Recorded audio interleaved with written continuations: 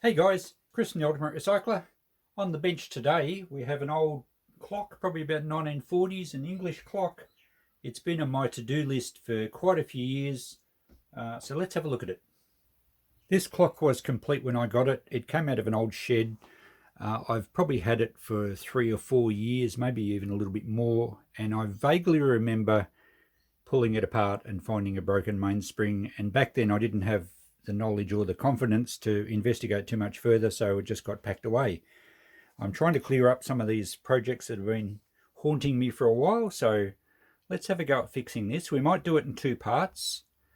The cabinet's going to need some restoration. I don't know how far I'm going to go with it, but we'll make that part two. We'll see if we can get the clock running first. Now, I've pulled it apart. I can't really remember doing it, but there's the mainspring barrel for it must have been the actual clock movement. Now this is a Westminster chime clock. See, it's got 3 keyholes.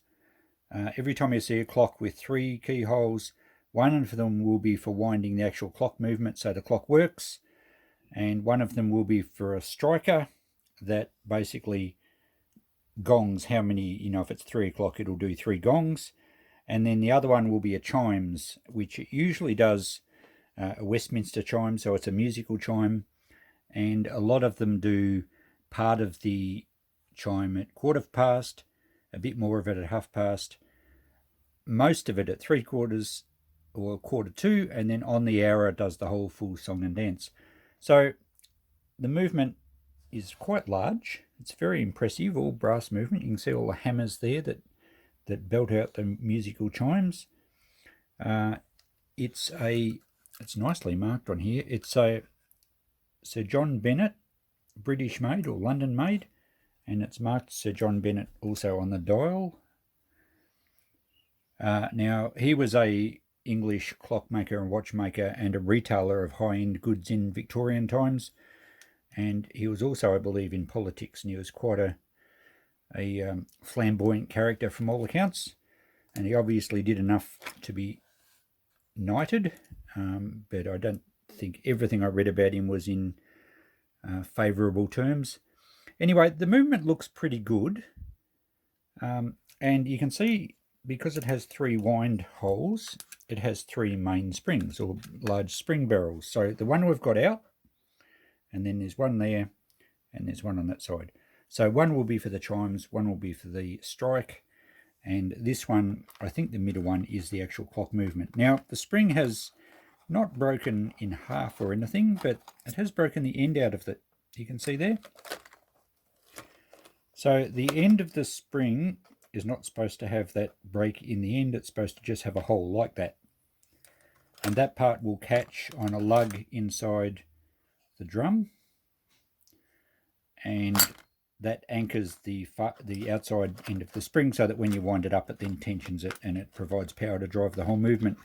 Now, clearly, it's either got a bit brittle or metal fatigue or something, and it's snapped the end out. So what I'm going to try and do is cut that off, because shortening the spring by 1/2 inch or so isn't going to affect the movement, and we'll try and drill a new hole in there and see if we can actually repair this spring to be usable. If for some reason I can't get that to work, we might have to try and source another spring, but the rest of the movement looks good. We will pull it apart and give it a good lube, a clean and a fresh oil, and then we'll have a bit of an inspection. But it looks like all the little spigot holes or pivot holes are all pretty good. There's no excessive wear. I will give it a good look over. I'll give it a bit of a wash up, but we'll try and fix this spring first. So what's the best plan? I'll probably wash these parts up and we'll have a go at putting a new hole in the end of this mainspring.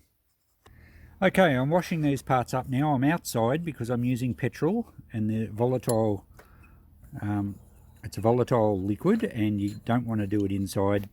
Create a lot of nasty gases, not only for your health, but if you have a spark source like your air compressor clicks in, you do not want your shed to explode.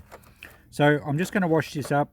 The mainspring barrel was quite oily inside, So we'll give those a bit of a clean.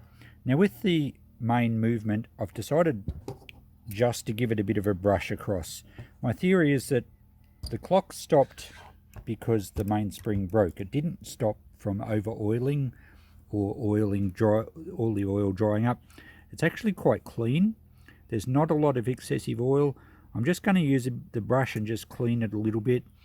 I have done a clock repair previously, and I'll link it up top now, on dunking the entire movement in petrol, leaving it soak for quite a while, and then it basically frees them up and they run almost straight away. However, this one, the oil isn't the problem, and on a clock like this, which has enclosed springs, if I was to dunk this in oil, in petrol or gas for you guys over in the States, if I was to submerge this, the spring barrels would fill up and I'd never be able to dry them out properly, and that presents all sorts of problems.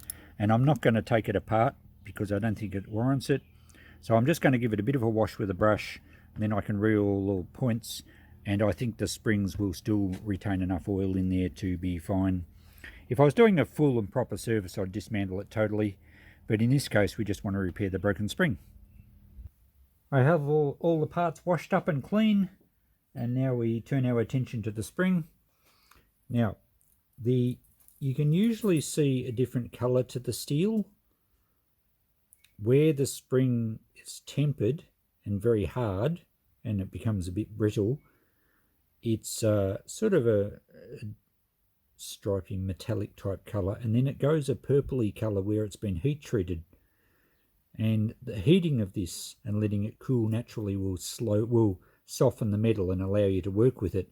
If I tried to drill through this section, it would blunt the drill bit. There's a chance it would actually break the spring. It's just super hard, which gives it its springy characteristics. But this last bit is going to be softer because it's been treated with heat. So I should be able to just cut that broken piece off. So I've got some tin snips here. If we cut that off just behind the hole, it should be soft enough to cut. And I'll just angle those sharp corners off. And I might just touch it up with a file so it's not so sharp. And then we're going to use the broken piece, and it went that way. And we can then scribe out a new hole that we want to cut. And we will just heat this again just to make sure it's soft enough to drill through. Okay, first of all here we'll mark our hole. And it's an oval which is a bit wider at one end.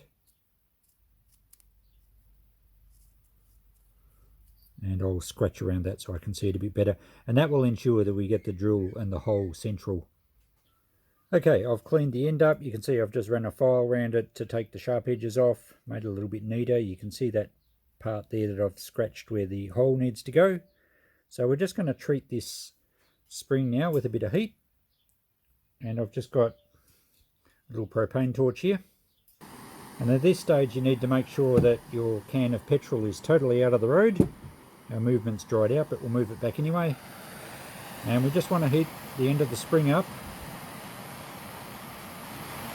We don't need a lot of heat because the spring's very thin. And we just get a bit of a dull red starting to happen. And we'll just let that cool. And that will make sure that that's nice and soft. We'll be able to drill through that hole. And we're able to just give it a slight bend so it hooks on the lug in the barrel. And hopefully that fixes our problem. We've done a sneaky little curl of the spring and it's holding itself there so that we can work on the top. And the next stage is just to get a center punch and punch right in the center at the back of the slot.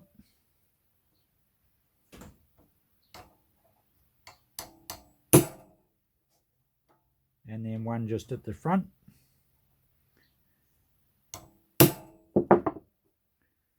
And we can drill a couple of holes and then just file out the middle part.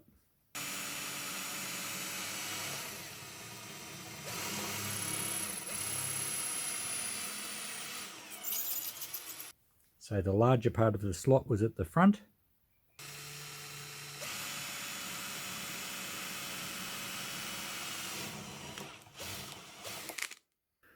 And there we go, just a little bit of filing to neaten that up, and we should be right to reassemble. We've moved into my repair room tonight, and I've just finished filing and cleaning up the hole in the end of this spring, so it pretty well matches what was in the other one. And I've just used the Dremel here with a fine sanding wheel just to smooth it off so that there's no burrs, and that's brilliant. It's come up very well. Okay, the next step is to wind it back into the barrel, and for that we need a secret tool, or a pair of secret tools called, let me reach over here, gloves. These springs have to go in a fair tension, and if they slip out they can certainly take skin off. So I don't wear gloves for many things, but I certainly will put at least one glove on to wind this spring in. So I'm going to start lubing the spring barrel first. I'm just using a bit of good quality engine oil. I normally use a light oil for lubing these clocks. If you don't have a dedicated specific clock oil, which most of you won't if you're not in the clock repair business, just a good quality machine oil, like a sewing machine oil or something, is going to be fine for a domestic repair job, and it's so much better than spraying it with WD-40 or something criminal like that. So I've just painted inside the barrel.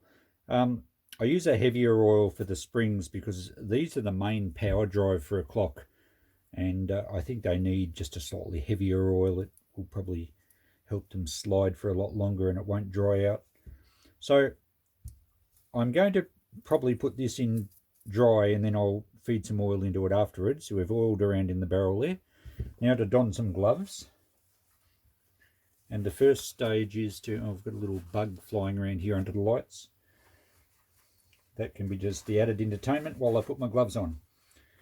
So we've got a little bit of a bend on the end of the spring here where it's softer, and by bending it a little bit, it just helps us hook it in to that little lug in there. So the most difficult part is to get it started. So apologies if I block your vision, but I need to make sure that it's on that lug for a start, and it does take a bit of brute force. And as I said, if you don't have the gloves on, there's a fair chance you're going to take skin off your fingers. Even if it doesn't slip, the edges of the spring are quite sharp.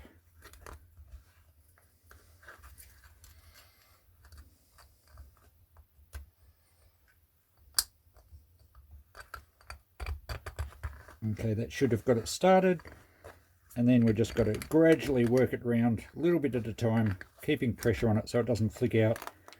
And I can see, I'm not sure if you guys can see, but it has caught over the lug there. And once we get the first lap in, it actually gets a bit easier. So we've just got to get past that end.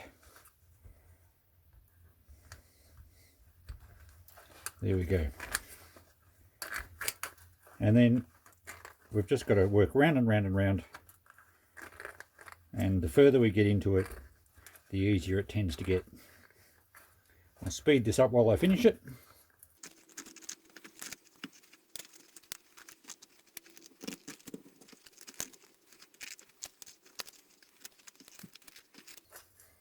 And a bit of a twist, and it all comes together, presses in nicely.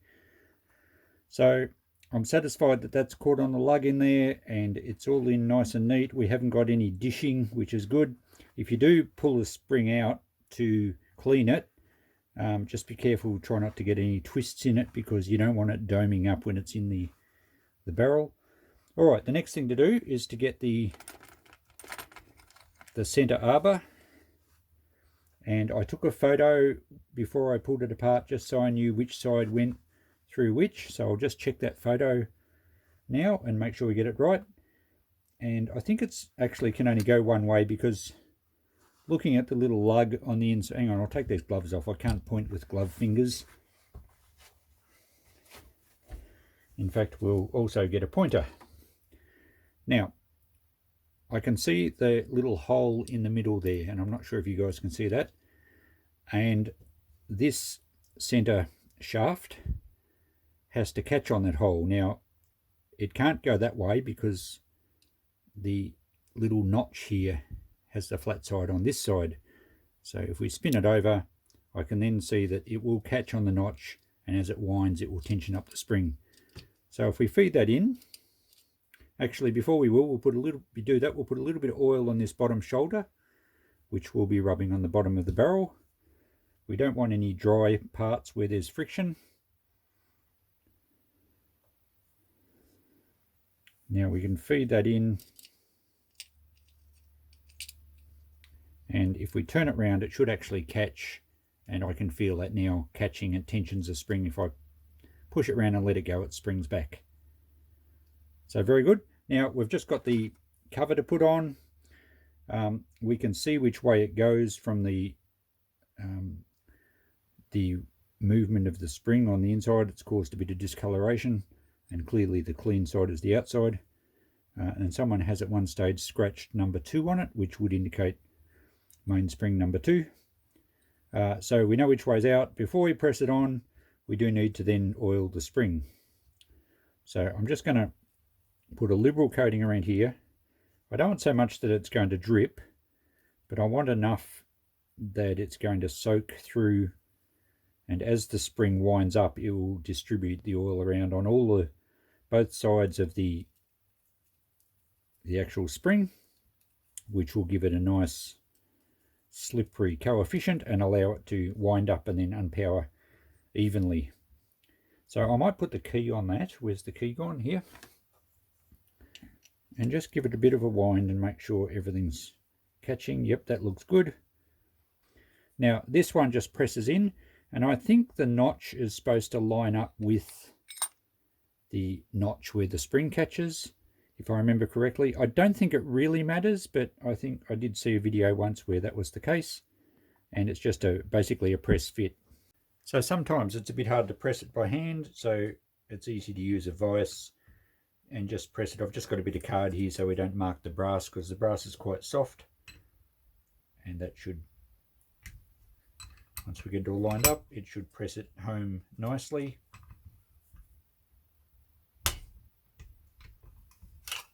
There we go, beautifully. That's seated nicely all around.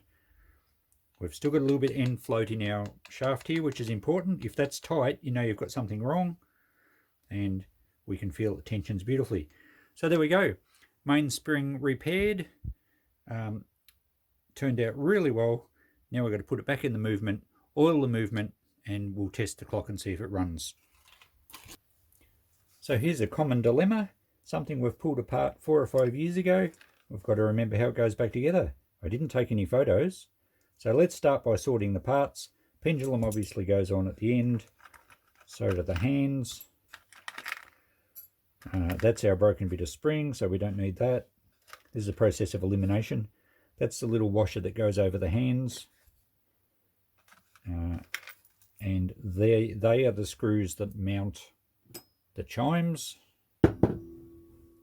So let's tip the rest out and see how many parts we've got left over. Okay, we're going to need that part. We're going to need the ratchet. These 4 screws actually hold the movement to the case. So we've got 1 screw there, 1 screw there. So they're the screws for that bracket. And this little piece is, I don't know if you can see that. That little piece is the end part of the spring that broke out. It was floating around inside. So we've accounted for all the bits. And we've only really got a bracket here, 2 screws that hold the bracket, oops, and a little ratchet wheel. So that's all that holds the main spring in, and the drum or the barrel. The winder has to go to this side. Well, we've got some bad reflection going on there, sorry. And we'll just put these down for the moment. And there's just a single hole on this other side where the back end of that mainspring shaft goes. So we'll just put a little bit of oil on this hole first. Actually, we'll assemble it and then we can oil it from the other side. So basically we've just got to drop that in.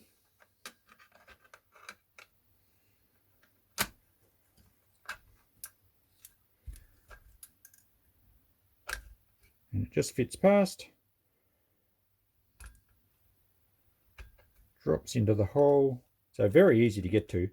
Some movements, to get the mainspring out, some movements you actually have to separate the two plates, in which case you have all the cogs and gears go everywhere, and that becomes then a major clean and rebuild. These ones are at least designed so that the mainsprings can be removed separate from the actual movement, so that makes it a lot easier.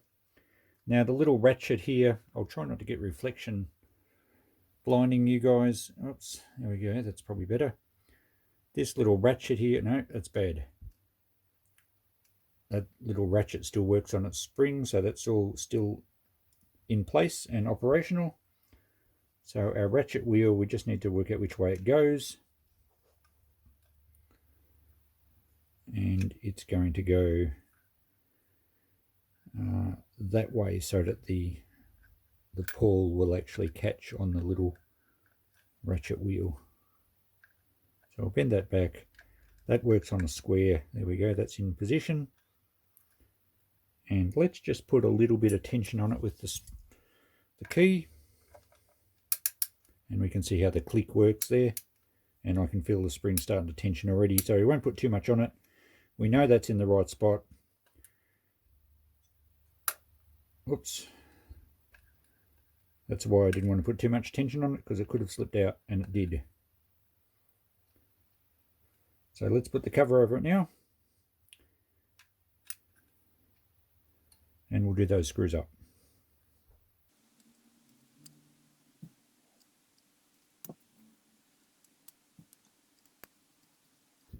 Now I'll just make sure everything's lined up before I do them too tight. It's very important when you're assembling delicate machinery not to do screws up tight without making sure everything's free. So we'll just give it a bit of a wind. Sounds the goods. That's working fine. All right, I'm happy. I can do those up a little bit tighter now. We'll just put a little drop of oil on the ratchet there and where the arbor passes through this bracket, and that will be fully assembled. Then we can lube all the other points on the movement, and I'll mount this in the vise, and let's see if it ticks and tocks. Now, any clock repairer worth his salt will tell you over and over ad nauseum not to use too much oil. It's the biggest rookie mistake, I think. Not that I'm a professional by any means, but I do know that over-oiling a clock is almost worse than under-oiling it. And what can actually happen, if you put a big blob of oil on that little bush there, that little pivot point, what will happen is that it'll form a drop, and it will start to track down the plate there, and as it tracks out from its point there, it will actually suck oil out of the hole, and it pulls it along with it, and it actually leaves the hole nearly dry. So I don't have a proper clock oiler. I'm just using a little metal spike here. You could use a very, very fine screwdriver. It holds just enough that when I touch it on a pivot point, it bleeds a little bit into there, and that's all we want. We do not want to see a drop. If you can see a drop, you've actually got too much oil. I have got some oilers here which I've purchased recently for watch repairs, and they're super, super fine. In fact, they're too fine really to use this, because I do need to get a bit of oil into the points, but I'm trying to teach myself repairs on some watch movements, and that's much finer work than these big clunky things. So I'm going to go around each point here and put a little minute droplet of oil on each pivot point, and just make sure it sucks in around the axle of each gear without having too much sit there. I'll do both sides. Once we've done that, we'll mount it up in a vise. We don't need to oil any of the actual gears. Resist the temptation to splash oil on all the teeth, because they are designed to run dry. Brass is a soft metal, they're not supposed to be lubricated. So they all run dry. We just need to oil all the pivot points. And I think I've read a couple of contrasting opinions, and if you are a clock repairer, let me know. But I believe it's acceptable and good practice to put just a small, very small touch of oil on the escape wheel, just where the pellets click in and out I'm not totally sure. I know they do on watches with a very fine oil. I will be doing it because that's the way I've done it. I can't see it doing any harm if it's a very small amount, but let me know if you do know that. But otherwise, no oil anywhere else, just on all the pivot points and maybe the little escape wheel. So I think I did forget to mention there that I've just used a Singer sewing machine oil. Any good quality light gauge oil, light grade oil, is going to be fine for home clock repairs. Sure, it's probably not quite as good as professional clock oil, but it's going to last the clock for years. Now, as you can see, it's ticking away. Fantastic. I wound it up. I've just got it balanced in a vise there. I haven't put the pendulum on yet, so it's actually running at fast speed. Oh, it's just stopped. It's probably not quite level, but at least the mainspring's working. You can see I've just got the key still in there. And it's a bit hard to look at all this in here at night. It's a bit shadowy. But I'll just adjust the level so that it ticks consistently. I think the beat's slightly out there because the movement's not going to be level, and they do have to be level to run properly.